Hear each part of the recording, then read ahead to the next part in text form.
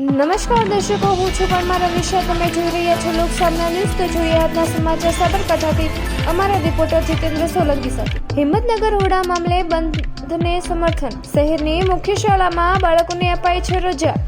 હિંમત હાઈસ્કૂલમાં અભ્યાસ કરતા 1600 જેટલા વિદ્યાર્થીઓને રજા અપાઈ છે.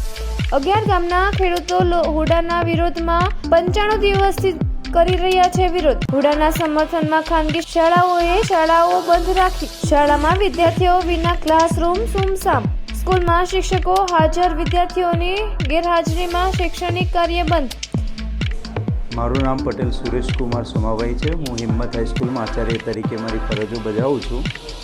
આજરોજ હિંમતનગરમાં બંધનું એલાન હોવાથી અમારી શાળામાં વિદ્યાર્થીઓ આવ્યા નથી, એટલે તેમનું શિક્ષણ કાર્ય ચાલુ નથી.